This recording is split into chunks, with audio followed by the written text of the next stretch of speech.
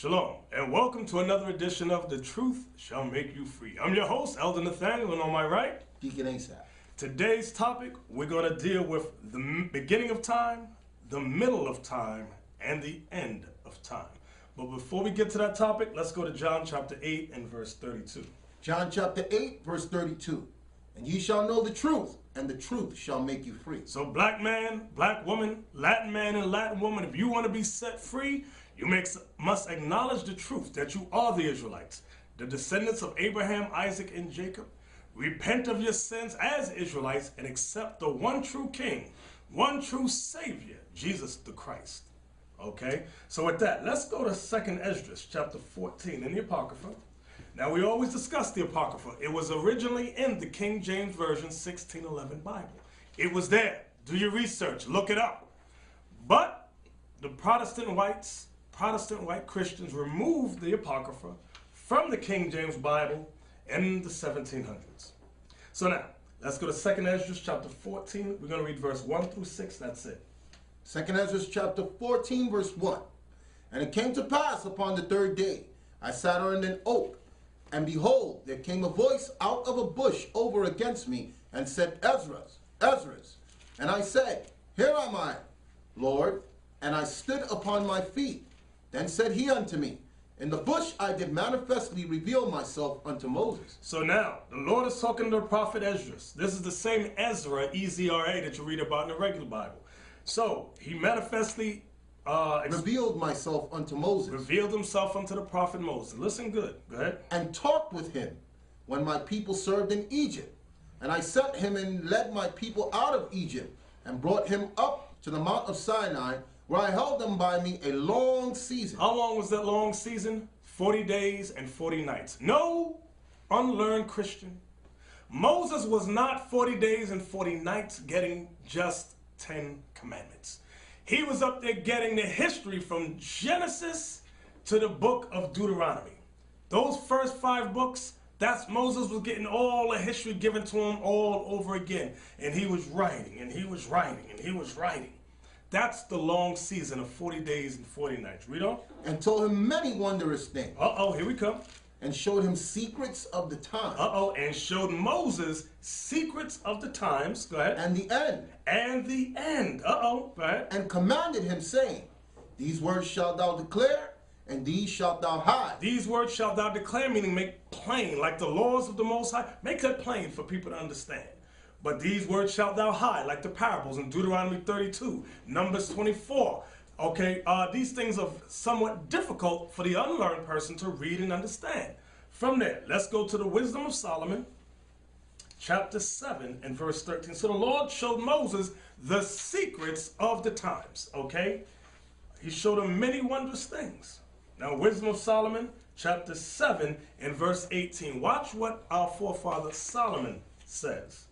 Wisdom of Solomon, chapter 7, verse 18. The beginning, ending, and midst of times. Start at the verse above it. Start at 17.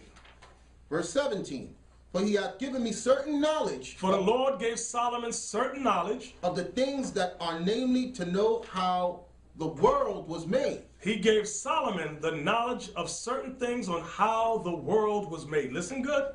And the operation of the elements. And the operation of the elements. Here it comes. The beginning. The beginning. Ending. The ending. And midst of the time. And the midst of the time. That word midst means middle of the times. So read that part again. For he hath given me certain knowledge of things that are, namely, to know how the world was made. And the operation of the elements. The beginning, ending, and midst of the times. And midst of the times. That's what we wanted to go to. The beginning, the end, and the midst of the time. Some of you know the beginning of time, and some of you know the end of time. But very few of you know the midst of times, meaning the middle of time. And we're going to deal with that on this lesson. From there, let's go to Genesis. Let's go to the beginning of time. Okay? I'm going to take out, now this lesson has to be crammed in 1 hour. Okay, but I'm going to try and get through it all within an hour's time. Genesis 1, we want verse 20 to 23.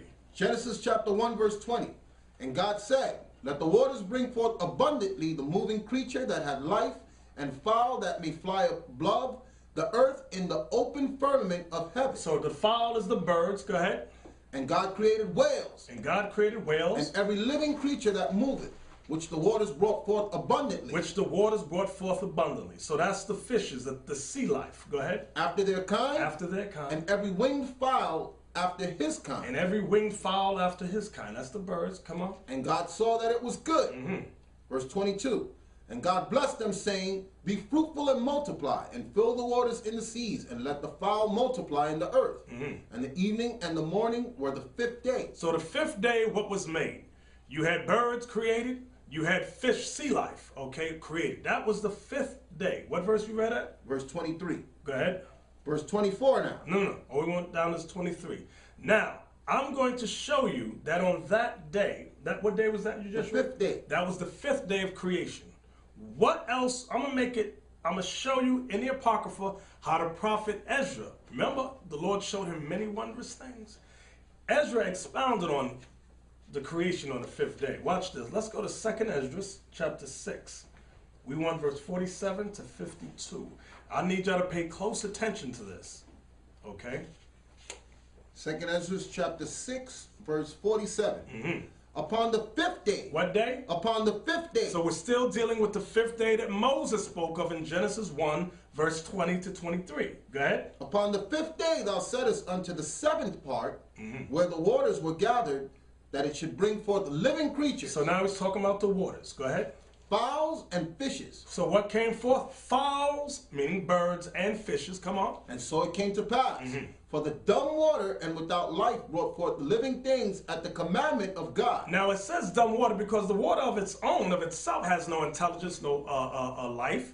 Okay, that's why it's calling it the dumb water. Go ahead. That all people might praise thy wondrous works. That all people might praise the wondrous works of the Lord. Come on. Then didst thou ordain two living creatures. Now here's the part that Moses did not expound on. Okay, it was hidden. But Ezra, the Lord allowed Ezra to bring this part forth. Read it again. Then didst thou ordain two living creatures. On this same fifth day, the Most High ordained two living creatures. Go ahead. The one thou callest Enoch, One thou callest Enoch. Go ahead. and the other Leviathan. And the other thou callest Leviathan. Okay, now, in some Bibles, when you see that word Enoch there, E-N-O-C-H, there's a little letter next to it. It'll say, or Behemoth. Okay, what verse you read down to? We're at 49, Go ahead. verse 50. And didst separate the one from the other. So these two creatures, one called Enoch, which is Behemoth, and the other one Leviathan, God separated them. Is that what it said? Yep. Come on. For the seventh part, namely where the water was gathered together, might not hold them both. So the waters could not hold Enoch, which is Behemoth, and Leviathan together, because these are two chief creatures. Go ahead. Unto Enoch thou gavest one part. Let's see what God gave Enoch, which is Behemoth. Read that part again. Unto Enoch thou gavest one part, which was dried up the third day. What was dried up on the third day? The earth, the land was made on the third day. Go ahead. That he should dwell in the same part, He's going to explain where he's going to dwell. wherein are 1,000 hills. Wherein are 1,000 hills. So what's that talking about? Dry land. Now remember, we're only going down to 52. Verse 52. But unto Leviathan But unto Leviathan, thou gavest the seventh part, thou gavest the seventh part, namely the moist, namely the and moisture. hast kept him to be devoured of whom thou wilt and when. So what is Leviathan? What is Enoch, which is Behemoth? Leviathan is what you see on these movies, these dinosaurs, okay? All in the ocean realm, okay? Because there was a sister that called, or maybe her mother told, I forgot who told us. She said, oh, I went to college and I decided to become an atheist. Why is that, sister? She said the dumbest statement, because the Bible does not talk about dinosaurs. If there are all these bones, why doesn't the Bible talk about these things? The Bible does talk about these things, but the Christian white man whom you love, whom you serve, took it out of the Bible and hid it in a book called the Apocrypha. Okay? So read that part again about the two creatures. Then didst thou ordain two living creatures. Verse 49. The one thou calledest Enoch, and the other Leviathan. And didst separate the one from the other. The seventh part, namely where the water was gathered together, might not hold them both. Unto Enoch thou gavest one part, which was dried up the third day, that he should dwell in the same part wherein are the 1,000 hills. But unto Leviathan thou gavest the seventh part, namely the moist, and has kept him to be devoured, of whom thou wilt and when. And kept him to, that's why a lot of people go in the ocean and they just disappear. What happened? They got eaten by Leviathan. And remember, the Most High don't just make one creature. Did he make just one cow, a male and a female? Did he make just one bird, a male and a female? No, he made multitudes of birds. I need you to examine this. When he made birds, let's just deal with the birds. Did he just make an eagle, a male eagle and a mama eagle? And they made pigeons?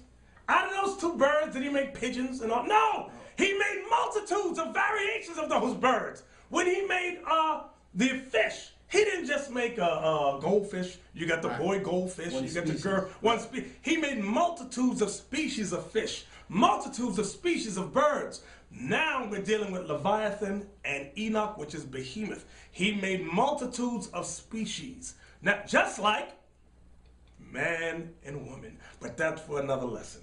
Now, do me a favor. Let's go to the book of Job. Job chapter 40. We're going to deal with Enoch. Job chapter 40, we're going to read verse 15 through 24. Come on. Job chapter 40, verse 15. Behold now Behemoth, which I made with thee.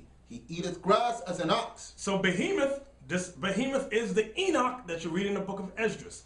He said he eats grass like an ox. Go ahead. Lo, now his strength is in his loins. His strength is in his loins. Come on. And his force is in the navel of his belly. Come on. He moveth his tail like a cedar. He moveth his tail like a cedar. I want to pause there. Because when you get some Bibles, like in this one, and the one I got, it'll say possibly an elephant or a hippopotamus. That's what some Bibles in the center would say. Some of them.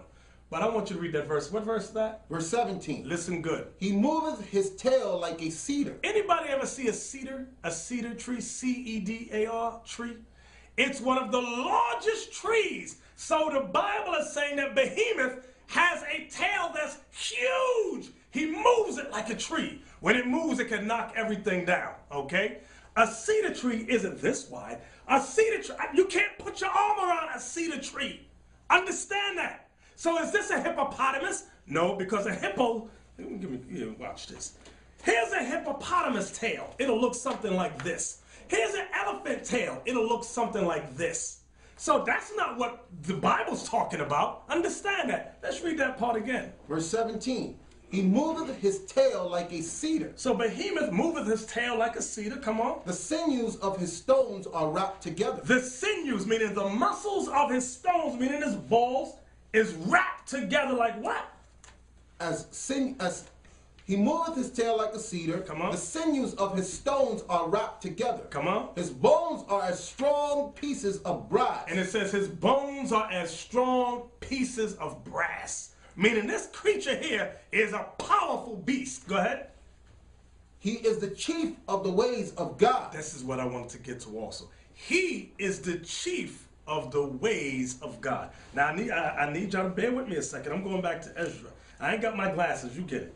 2nd Ezra 6. Hold Job. Okay. I want the part where it said that it can't hold them both.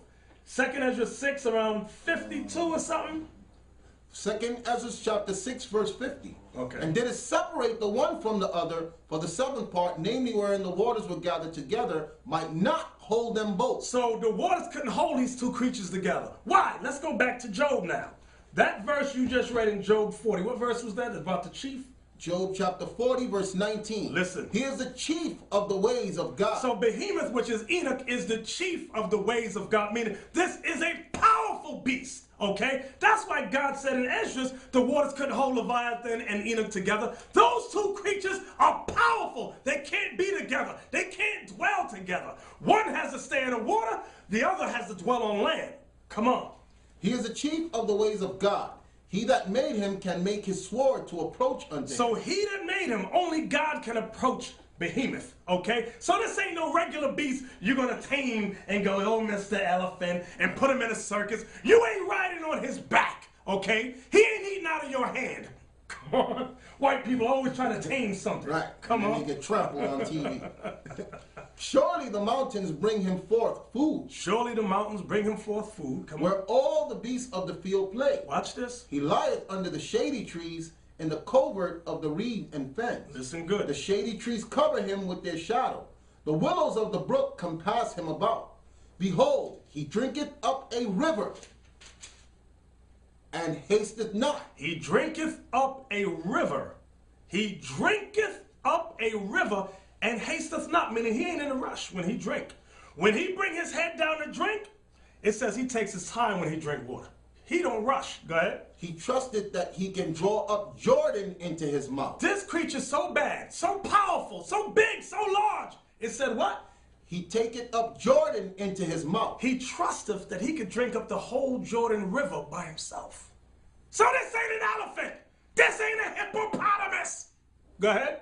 He taketh it with his eyes. He taketh it with his eye. He looks upon it. Come on. His nose pierceth through the snare. His nose pierceth through the snares. What does that mean? You can't trap this creature. Like in Jurassic Park. Oh, we're going to trap the dinosaurs. You ain't trapping this. Okay, come on. That's it on it. That was down to 50. Oh, we're at 41 now. Chapter 41. What's that? It Down to goes 24. 40 to 24. Okay, 40 to 24. So now from there, watch this. Let's go from there. Let's go to Malachi. Okay, so now that was the beginning of time. I wanted to go there just to show you what the Lord created on the 5th day. Okay, so along with birds and fish, amongst those fish in the waters, he created Leviathan and Enoch, which is Behemoth. He had Enoch come upon land and dwell there. He said that creature is the chiefest of his creations. He said he's so bad, so powerful, him and Leviathan cannot dwell together. That's why when you go into these museums, you see bones of these huge creatures, and you go, where are they? These creatures are not extinct. They're in parts of the earth that have not been discovered as yet. They got movies like Journey to the Center of the Earth. They got movies like Jurassic Park, where the white man knows what he's discovering. He sees these bones, he's trying to figure it out, and he goes, maybe when they evolve, there's no evolution. Believe that. The Most High is telling you what he did in the beginning. Okay. And let me point out, even with the ocean, they have parts down there that mankind doesn't have any vehicles that can reach down there without it being destroyed. Exactly. They can make it to the moon, but they can't make it to the bottom of the sea. They don't have any equipment that can make it down there. Exactly. So now we read about the 5th day just to show you that on the 5th day, what the Lord created in the beginning of time that's not discussed in Sunday school or any of your churches. Now, from there, let's go to Malachi chapter 1. We're going to read verse 1 through 4, and I need you to read it slow. Malachi chapter 1, verse 1. Come on. The burden of the word of the Lord to Israel by Malachi. I have loved you, saith the Lord. Yet ye say, wherein hast thou loved us? Was not Esau Jacob's brother? So God responds, was not Esau Jacob's brother? Come on. Saith the Lord, yet I love Jacob. So God says, yet I love Jacob. Go ahead. And I hated Esau. And he what? And I hated Esau. Who is Esau? Some of you that have been following and studying, I pray that you got your Bibles, your pens, and your papers. Okay? Take notes. Because what we're showing you, you're not going to learn in your church. Your phony church, you ain't going to learn it. So God says, was not Jacob Esau's brother? Who is Esau? The entire white race. And God said, what about Esau? And I hated Esau. And I hated Esau. Some of you trying to marry them and make excuses for marrying them. The Bible says God hates Esau. Watch this, come on. And laid his mountains and his heritage waste for the dragons. God laid Esau's mountains and his heritage waste, meaning he destroyed them. Not destroyed them, but destroyed their heritage. He made them base. That's what he's talking about. Read it again. And laid his mountains and his heritage waste. Going into his heritage. Going into his heritage, how he made them a base people. When was this? Was this in the beginning? During the time of Jacob and Esau? No. Hold on. We're coming right back here. Hold on. When did God make his heritage waste for the dragons and all that? Let's go to Genesis 36. I'm going to show you that what we're reading about in Malachi is prophetic for the middle of times and not the beginning. Now, let's see. Genesis chapter 36. We want verse 6, 7, and then we're going to jump to verse 15 just to get to the point. Genesis chapter 36, verse 6. And Esau took his wives. Read that again. And Esau took his wives and his sons and his daughters and all the persons of his house and his cattle and all his beasts and all his substance which he had got in the land of Canaan, and went into the country from the face of his brother Jacob. For their riches were more than that they might dwell together. What? For their riches were more than that they might dwell together. What verse is that? Verse 7. So now you see it says their riches. Esau was rich in the beginning. Esau and Jacob were rich. Understand that. So what we're reading about in Malachi, where it said he laid his heritage and all that waste, that ain't talking about at this time. I'm going to show you some more proof. What verse is that? That was 7. You finished 7? Yeah. Jump to 15. Verse 15. These were dukes of the sons of Esau. The son of Eliphaz, the firstborn son of Esau, Duke Taman, Duke Omar, Duke Zepho, Duke Kenaz. Verse 16. So now, they had the noble titles of dukes. Who is that talking about? Esau. So in the beginning with Jacob and Esau, yes, Esau was rich. His family had nobles amongst them. They were the dukes, okay? Let's go back to Malachi now. I just wanted to go in there to show you that what Malachi is talking about is not during the beginning, okay, of time. Malachi chapter 1, what verse you was Verse at? 3. Read verse 2 again. Verse 2. I have loved thee, saith the Lord. Yet ye say, wherein hast thou loved us? Was not Esau Jacob's brother, saith the Lord? Yet I loved Jacob, and I hated Esau. Watch this. And laid his mountains and his heritage waste for the dragons of the wilderness. So that wasn't during the time of Jacob and Esau. Read on. Whereas Edom saith, Now I need y'all to listen close to this. This part right here. Read that part again. whereas Edom saith, Whereas Edom saith. Edom means what? Red. Red people. Who is the red people? The so-called white man. They're called white, but they're not really white. They're really red. The red blood shows through their skin. That's why down south, many southern places, we call them rednecks. It's not just their necks that get red. They get red from the top of their head to the soles of their feet. Read it again. whereas Edom saith, Whereas Edom saith, we are impoverished. we are impoverished. So that's not during the time of Genesis.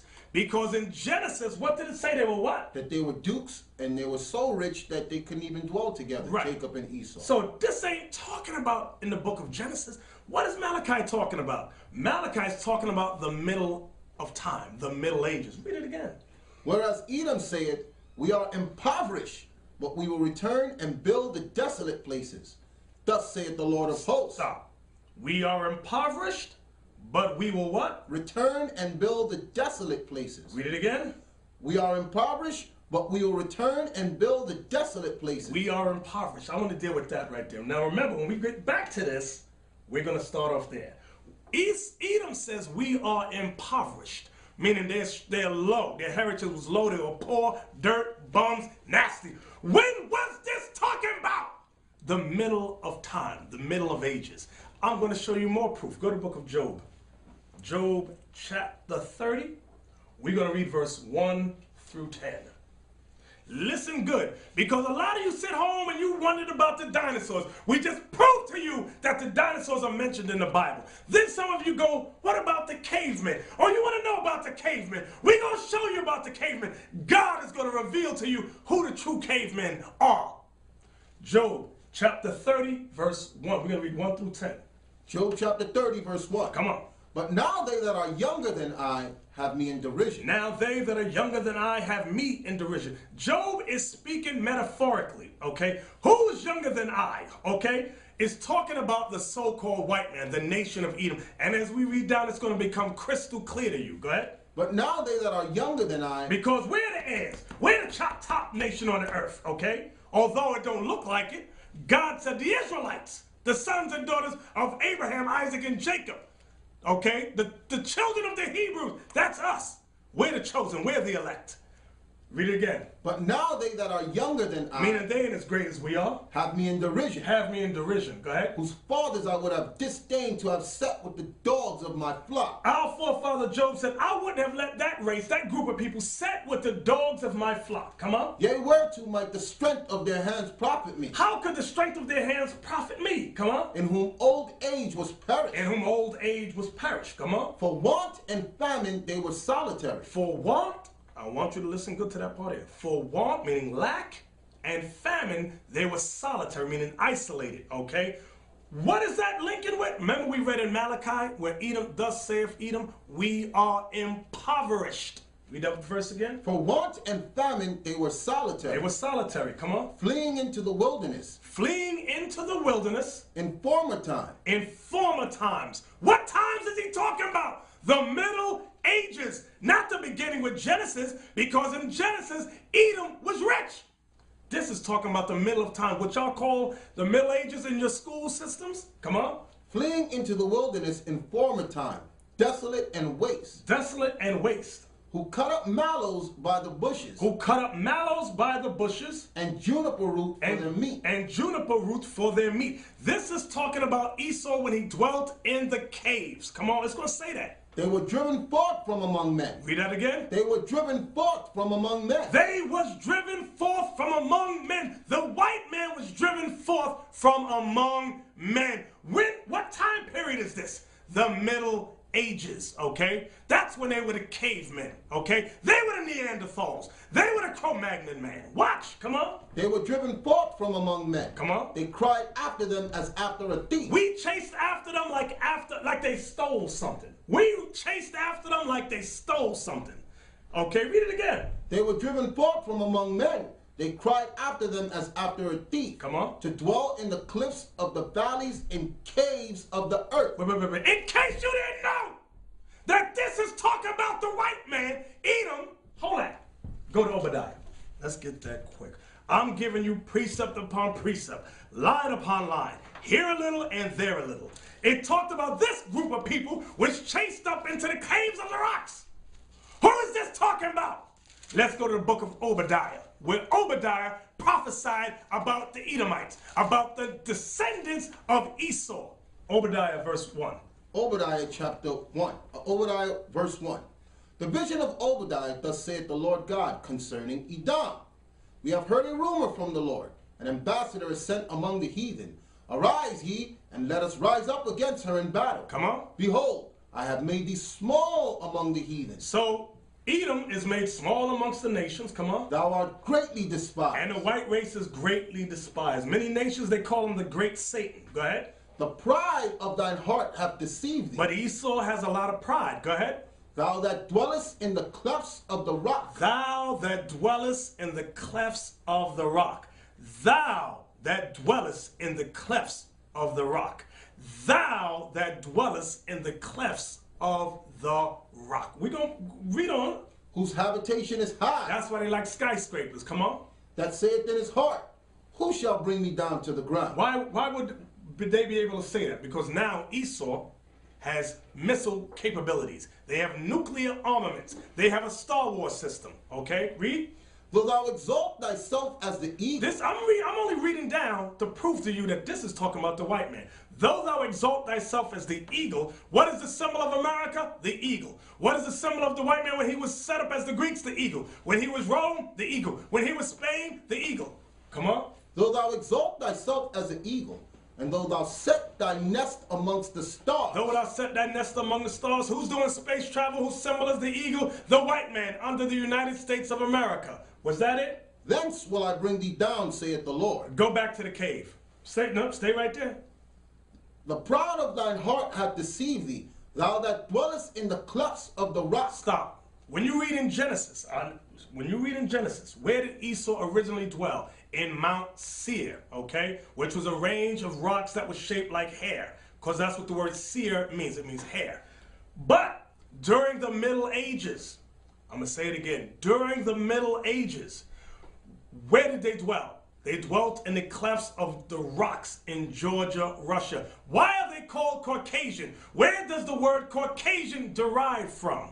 It comes from the Caucasus Mountains of Georgia, Russia. That's why they say, I'm American, Caucasian. I'm Italian, Caucasian. I'm Spanish, Caucasian. I'm German, Caucasian. Okay? I'm Polish, Caucasian. Read that part again. Thou that dwellest in the clefts of the rock. Now stop there. Go back to Job now. Job 30, and I want that part about the rocks again. You see it? Call the verse. Job chapter 30, verse 5. Listen good. They were driven forth from among men. They cried after them as after a thief, to dwell in the cliffs of valleys, in caves of the earth, and in the rocks. Read that again. To dwell in the cliffs of valleys, in caves of the earth, and in the rocks. Do you hear where they used to dwell? So in case you didn't know who Job chapter 30 is talking about, I gave you the proper precept. Obadiah tells you they would dwell in the caves, in the clefts of the rock. Job says this group of people here who I wouldn't let sit with the dogs of my flock. We chased after them like after a thief. We chased them to the caves, to the cups of the rocks. When did that happen? Because it wasn't during the time of Genesis. Because in the book of Genesis, they were rich, okay? But in Job, this is prophetic. That goes back to the book of Malachi, when Edom says we are impoverished. When were they impoverished? Right here in Job 30. Let's read that again. They were driven forth from among men. They cried after them as after a thief. Come on. To dwell in the cliffs of the valleys, in caves of the earth, and in the rocks. So what does the word, that's why they're called Caucasian. It comes from the rocks of Georgia, Russia. The Caucasus Mountains. Hold that. I need you to hold that. Get me the book, The 13th Tribe. Get me that book. I just need you. We're going right back there in Job, so I don't want you to lose your place. Okay? Let me show the book here. Y'all need to get this book called The 13th Tribe, okay? It's written by a so-called white man, a so-called Jewish scholar named, where's his name? Arthur Koestler, okay? He did research on his heritage as being a Jew. What page we gonna go to? Page 16. 16 and 17. Now, you can go on Amazon and order an original copy, the old ones. The new ones, they edited. They took a lot of things out. And you can Google it also. You can read it online. If you go to Google and type this in, you can read it. They have the pages right there. So what page are we at? Page 16? Page 16. Now, just read the underline. Just read everything here, and here. Read it quick. Page 16. Of a migration of the Khazar tribes and communities in those regions of Eastern Europe. Eastern Europe, talking about Georgia, Russia. Go mainly ahead. Russia and Poland. See where it says Russia? Because that's where the Caucasus Mountains are. Go ahead. Were at the dawn of modern age. Come on. The greatest concentration of Jews were found. This has led several historians to conjecture that a substantial part, and perhaps the majority, of Eastern Jews, and hence of world Jewry, might be of Khazar and not of Semitic origin. Meaning they're not the real Jews. That's what this guy, Arthur Koestler, discovered. He realized he was not the true Jew. He was not of Abraham, Isaac, and Jacob. Next highlighted part. Thus, in 1973 edition of the Encyclopedia Judaica, the article Khazar is signed by Dunlop, but there is a separate section dealing with the Khazar Jews after the fall of the kingdom. The Khazar Jews dwelt where? In the Caucasus Mountains. Come on. Signed by the editors and written with obvious intent to avoid upsetting believers in the dogma of the chosen race. Right, because they raised these white people up today to believe they're the chosen race. They had to edit the encyclopedia so they wouldn't get offended. Go ahead. Jump down here. A new approach both to the problem of the relations between the Khazar Jews and other Jewish communities, and to the question of how far we can go in regarding this Khazar Jewry as the nucleus of the large Jewish settlement in Eastern Europe. The descendants of this settlement, those who stayed, were those who emigrated to the United States and to other countries, and those who went to Israel constitute now the large majority of the world Jewry. See that? So what are they? Khazar Jews, meaning Caucasians. Now watch this, page 17. It's going to say exactly what I'm saying. Page 17. This was written before the full extent of the Holocaust was known. So this was written before the full extent of the Holocaust was known. Go ahead. But that does not alter the fact that the large majority of surviving Jews in the world of Eastern Europe, and thus perhaps mainly of Khazar origin, if so, this would mean that their ancestors came not from the Jordan, but from the Volga.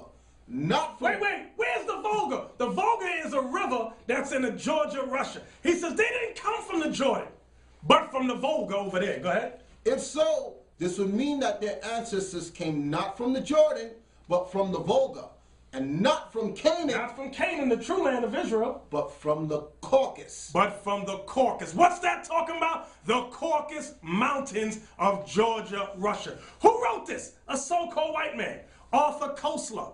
He said if the white man is a Jew, then it would have to be an additional tribe added. Okay? What other page we going to on this book? One more sentence. Okay. It says the story of the Khazar Empire, as it slowly emerges from the past, begins to look like the most cruel hoax which history has ever perpetrated. Do you hear what this is saying? Now, what other page do I have down there? 39. Page 39. Go to page 39. Okay. Now, don't get angry at us because we didn't write this. The white scholars put this together. Call it and read it. Page 39. Go ahead. The Guz do not wash themselves. The Guz. Now, the Guz is a group of white people who dwelt in the Caucasus Mountains of Georgia, Russia. The Guz. Listen good. The Guz do not wash themselves after defecating or urinating, nor do they bathe after seminal pollution, or on other occasions. They refuse to have anything to do with water, particularly in winter. When the Guz commander-in-chief took off his luxurious coat of brocade to don a new coat the mission had brought him, they saw that his underclothes were fraying apart from dirt. For it is their custom never to take off the garment they wear close to their bodies. So they would leave their underwear on until it disintegrates. Go ahead. Until it disintegrates. So these people said they wouldn't have anything to do with what? Have dandruff all on the shoulders, just dandruff everywhere. They're nasty. Go ahead. Another Turkish tribe, the Bashkirs, shave their beards and eat their lice. And what? And eat their lice.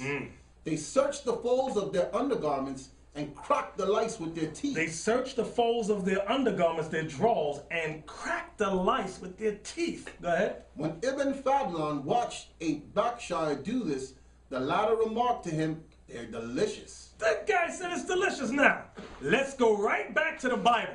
See, you've been thinking that the Bible is a fairy tale. You see movies about cavemen. Get that movie Quest for Fire.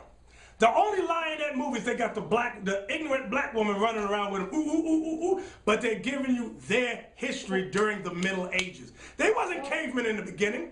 They were cavemen during the Middle Ages. Call that verse again. Verse 5.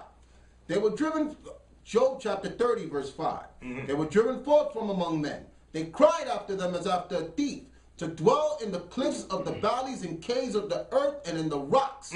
Among the bushes they brayed. In the bushes they brayed. Go ahead. Under the nettles they were gathered together. Under the nettles they were looking for food and all kind of stuff, cracking the lice from their underwear, their drawers. They were children of fools. They were what? Children of fools. Go ahead. Yea, children of base men. What does that mean, children of basement? Like the basement. You can't get no lower. That's the bottom of society. Go ahead. They were viler than the earth. They were what? They were viler than the earth. That's your Neanderthal. That's your Cro-Magnon man, okay? You wasn't Cro-Magnon man. You wasn't Neanderthal man. You're the Israelites, okay? This is their history. The Bible is giving you the white man's history. Come on.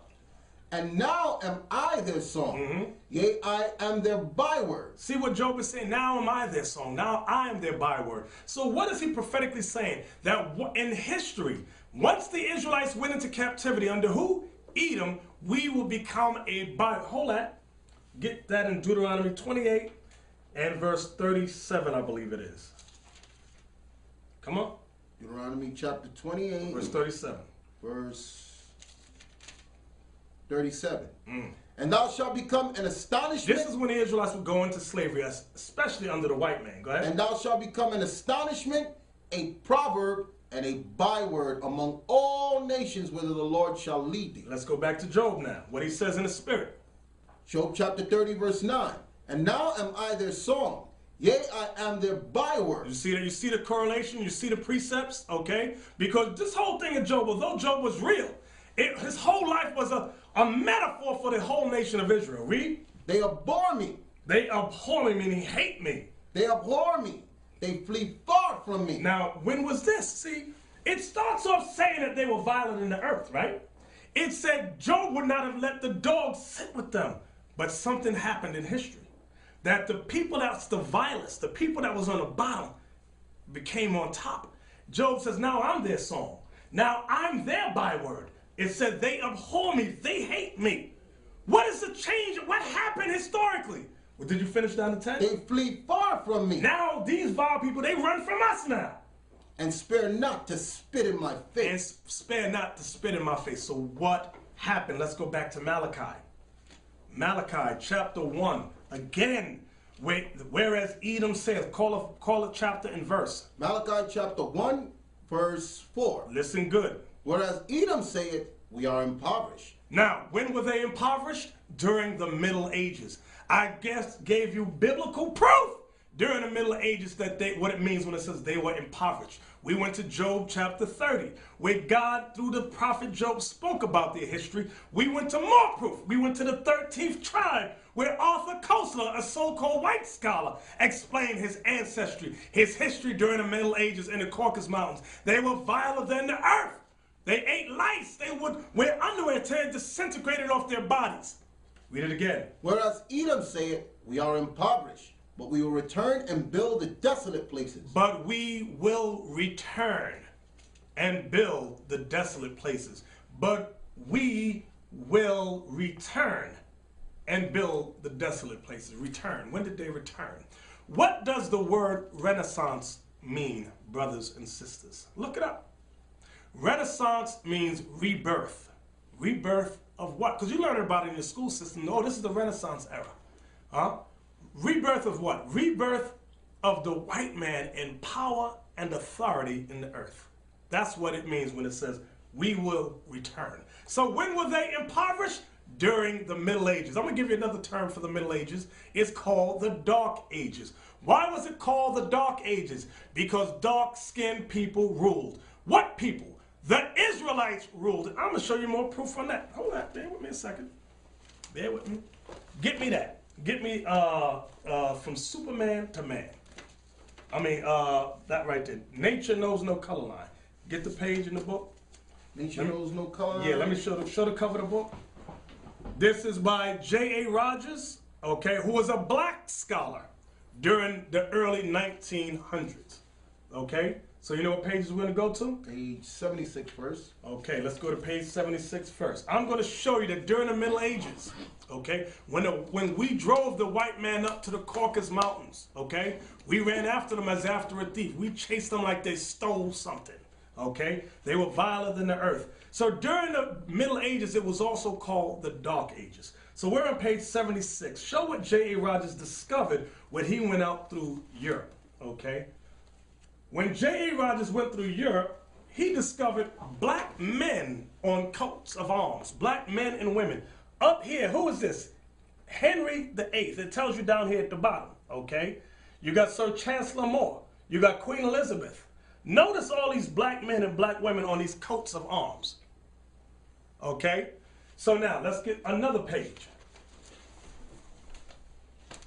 Get another page. What page? 78. Show them page 78. Negroes in coats of arms of noble families.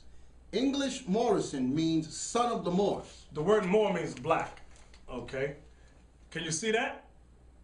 All right. Now, let's go to the next page. I'm still showing you what occurred during the Middle Ages, during the Dark Ages. Page 83. 83, read the top and the bottom. Negroes in coats of arms of noble families. French, Dutch, and Belgian families with names of Negro. So now I want you to see that, okay? These are French and Dutch families. J.A. Rogers, this was like 1915, 1917. He went over there and saw all this stuff, sketched it down, what he discovered. Because, brothers and sisters, your history has been hidden from you. Let's go to the next page. What's the next page we're going to? Page 84. 84. Read the top and the bottom. Negroes in coats of arms of noble families. Names of these families, except three, denote Negro ancestry. And read the bottom of the next page, because we'll show it together. French, Italian, Spanish, Polish families. French, Italian, Spanish, Polish families. Let's say Polish here. So we were originally living all over there, ruling during the Dark Ages, brothers and sisters. Okay? This is what I need you all to understand. Okay? So when we were the noble families, where was the white man? They were in the Caucasus Mountains of Georgia, Russia, eating juniper roots, eating mallows, braying under the nettles. Okay? Okay? So now you see all this proof here. Okay? Is there another page we're going to? Page 85? 86. 86. Okay? Okay? This says Negroes in coats of arms of noble families. German families with names of Negro origin.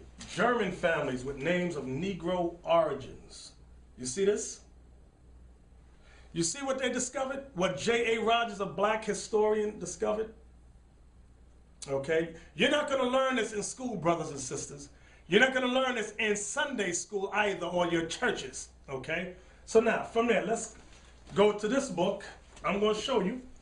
this book called The Russian Icons by a white man named Father Vladimir Ivanov.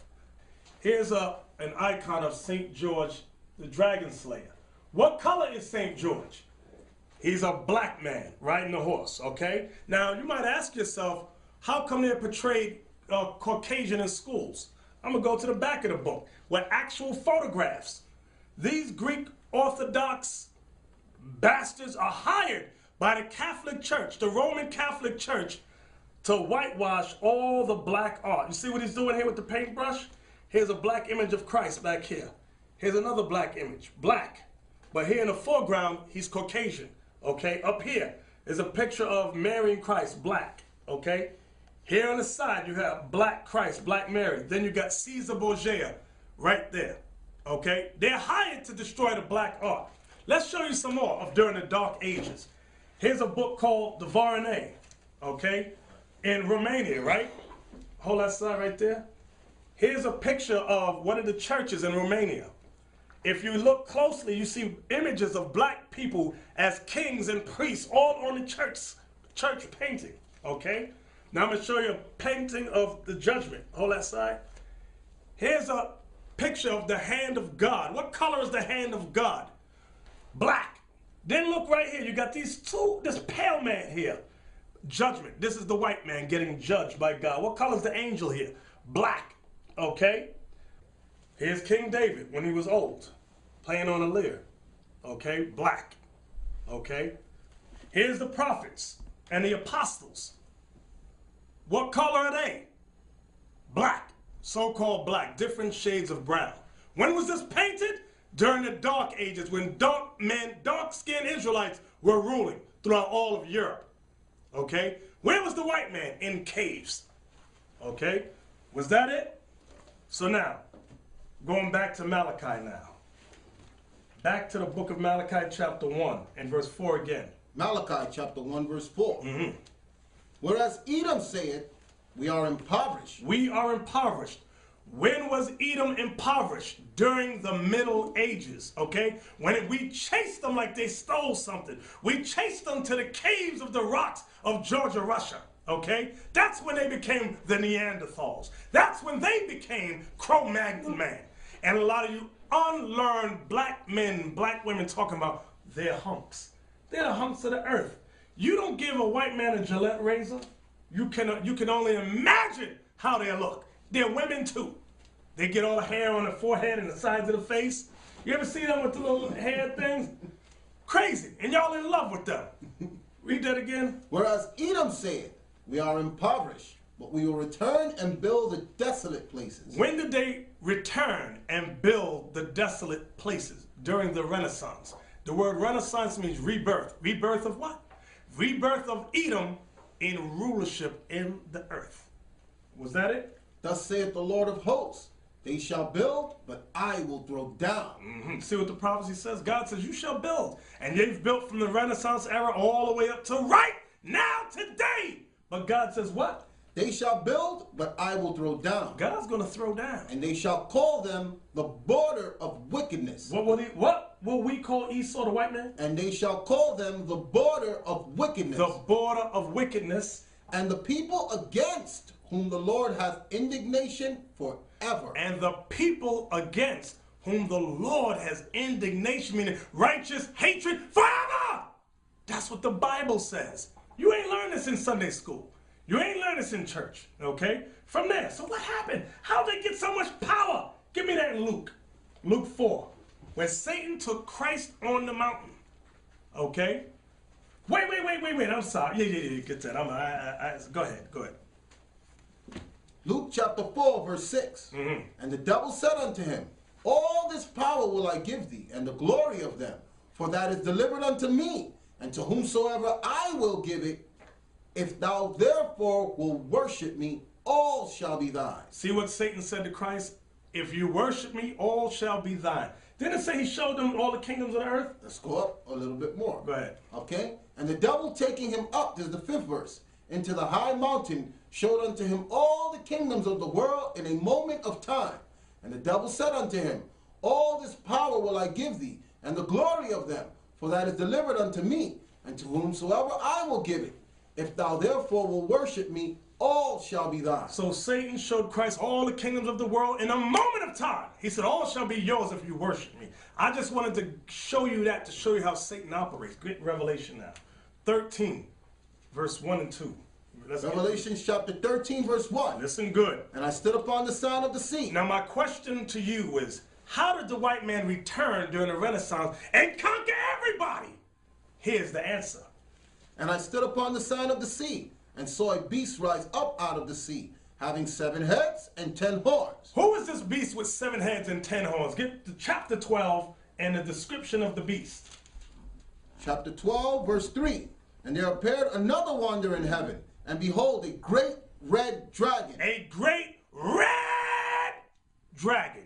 Why is it red? Because it symbolizes one race of people. What race of people in the Bible are described as red? That's right, Edom, the so-called white man.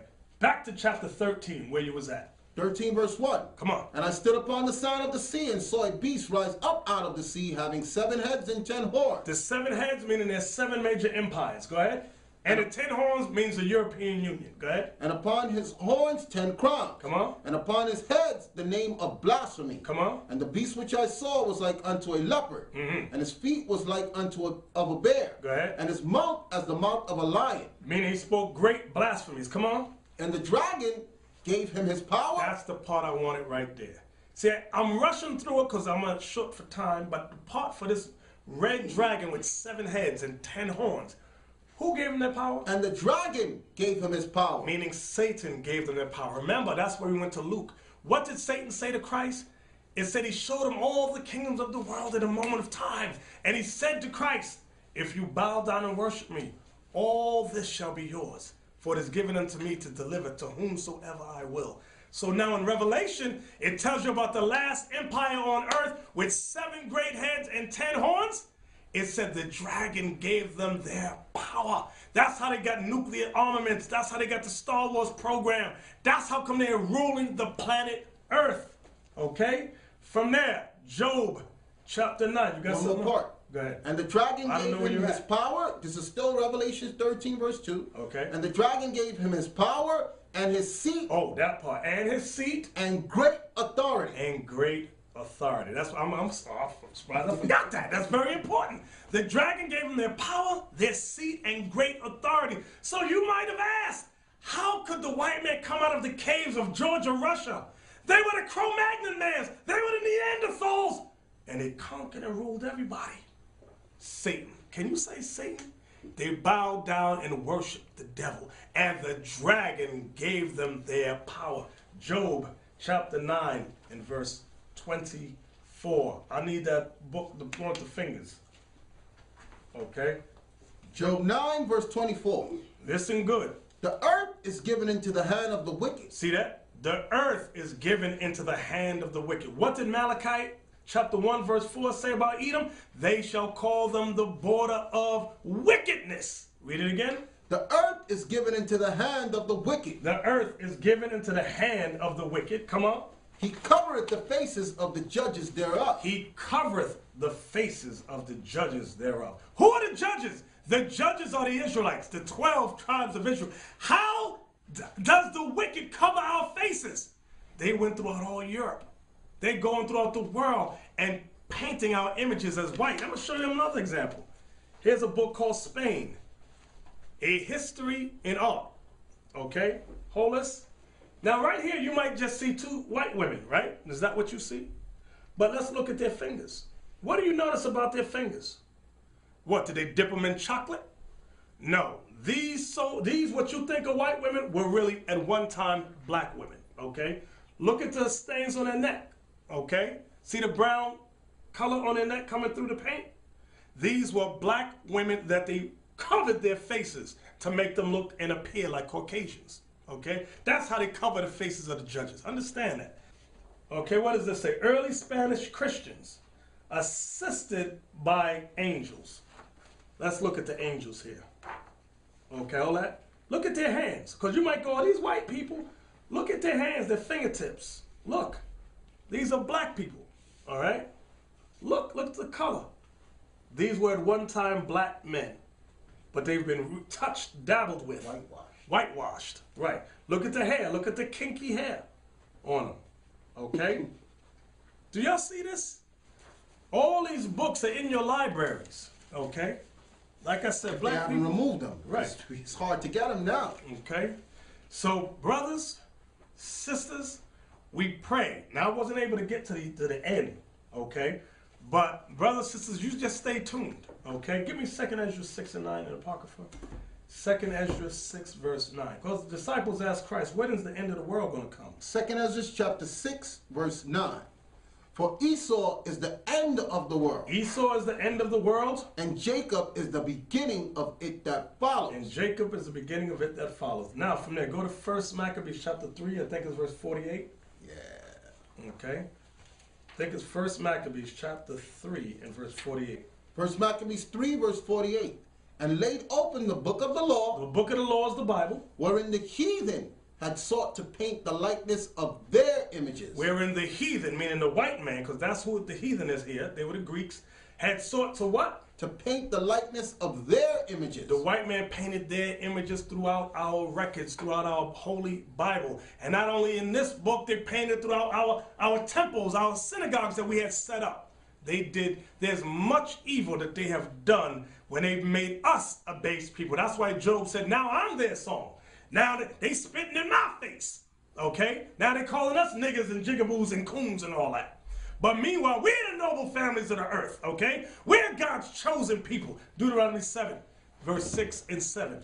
We are the noble kings and priests of the earth. And guess what? We are returning now in the power of the Most High. Deuteronomy 7, verse 6. For thou art an holy people unto the Lord thy God. The Lord thy God has chosen thee to be a special people unto himself above all people that are upon the face of the earth. Read that part again. You ran through that. For thou art an holy people unto the Lord thy God. Mm-hmm. The Lord thy God has chosen thee. The Lord thy God has chosen thee, black man, black woman, Latin man, Latin woman, to be a special people unto himself. Believe it or not, you are a special people. You don't believe it, but you are. Go ahead. Above all people that are upon the face of the earth. The Bible said above all people that are upon the face of the earth. Why don't you teach your young sons and daughters that? If you taught them that, they wouldn't be raping and robbing each other. If you taught them that, they wouldn't be pimps and hoes. Okay? They wouldn't be in the prison houses. If you taught them that. But stay tuned, please. Stay tuned. Bear with us. Write us, call us, brothers and sisters. We are here for you. We're servants of the Lord. Our job is to serve you in bringing you the truth of the Most High God. Brothers, sisters, we can't do this alone without you. We need your financial support. We need you to send in your donation, your free will offerings. Okay, visit us at www.israelunite.org and visit us on YouTube at www.youtube.com/Nathaniel. And with that, we give all praises to the Most High and His Son, Jesus the Christ, and we say Shalom. Shalom, Israel.